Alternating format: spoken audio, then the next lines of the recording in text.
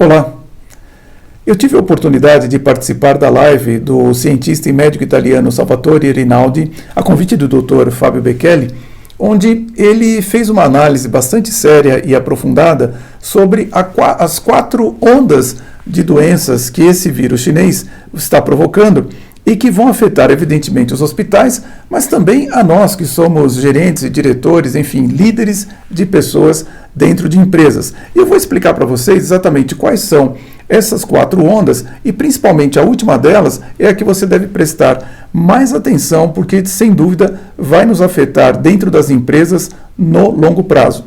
Então, vamos lá. A primeira onda é aquela formada exatamente por pessoas que pegaram o vírus chinês e que foram afetadas na sua forma mais grave, que, portanto, estão aportando nos hospitais para serem atendidas na emergência.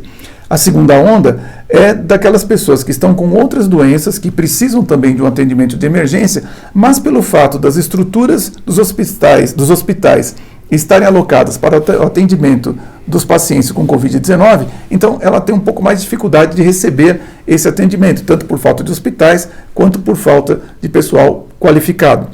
A terceira onda, ela é formada por pessoas com doenças crônicas e que se apavoraram durante a pandemia ou devido à própria imposição da quarentena não puderam sair para fazer o controle dessa sua doença e que, portanto, elas estarão agravadas, ou seja, daqui a alguns meses essas pessoas vão chegar nos hospitais e elas vão estar com um estado mais grave do que se elas tivessem tido condições de fazer um acompanhamento regular. Agora, é a quarta onda que eu gostaria de chamar a atenção de você que trabalha com gestão de pessoas. Em dado instante, na sua live, o Dr. Salvatore ele disse o seguinte: não há estresse mais profundo que você possa provocar em uma pessoa saudável do que você mantê-la confinada. E isso vai provocar uma série de traumas psicológicos nas pessoas, além de doenças mentais. E aí que você tem que prestar bastante atenção, porque isso vai nos afetar a todos, mesmo após termos solucionados a questão da pandemia. Portanto, o que é importante para você refletir?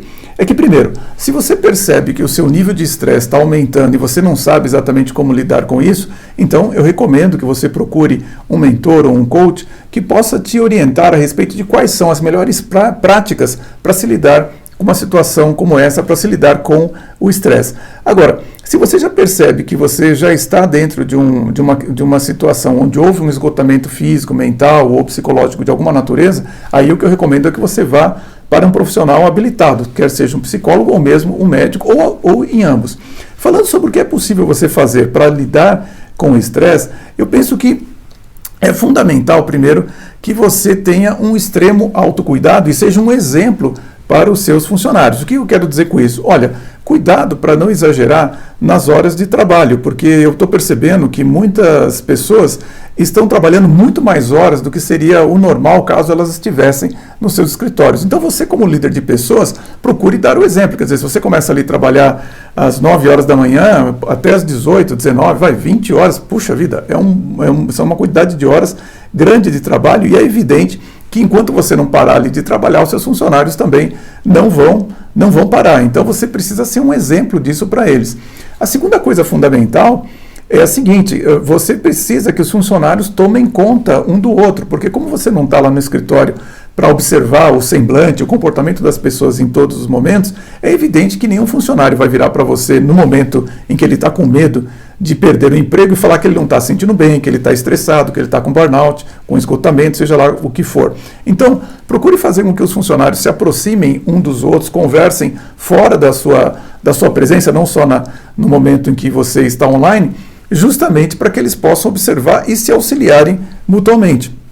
Uma coisa fundamental também é o seguinte: olha, você vai ter que desenvolver a sua resiliência, ou seja, aumentar a sua capacidade de se desenvolver durante esse período estressante. Então, procure ler bons livros, procure aumentar a sua criatividade, sempre lembrando que a criatividade vai ser necessária para você poder solucionar essa série de problemas que você está enfrentando, tendo em vista que você está distante das pessoas, com uma conexão, às vezes, que é de má qualidade, porque por causa da sua conexão, da conexão do seu funcionário lá na casa dele. Então, tudo isso, é claro que precisa de criatividade.